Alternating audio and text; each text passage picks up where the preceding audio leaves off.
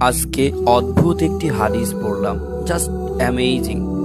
একজন সাহাবী সালমান রাদিয়াল্লাহু তাআলা আনহু বলেছেন, যখন মুমিনের উপর কোনো বিপদ আপদ বালা মুসিবত ও রোগ শোক আসে তখন সে ধৈর্য ধারণ করে, যার ফলে সেই বিপদ আপদ বালা মুসিবত ও রোগ শোকের বদৌলতে আল্লাহ তাআলা মুমিনের গুনাহগুলোকে মাফ করে দেন এবং তার মর্যাদা আগের থেকে আরো বাড়িয়ে দেন, যার ফলে সে আল্লাহর দিকে ফিরে আসে এবং ফিরে এসেই অনুশোচনার সুযোগ পায়। আর যখন কাফের মুশরিক এবং ফাসিক মানুষকে এসব রোগ ব্যাধি বালা মুসিবত ঘিরে ধরে, তখন তার অবস্থা সেই উটটির মতো হয় যার মালিক তাকে বেঁধে রেখেছিল,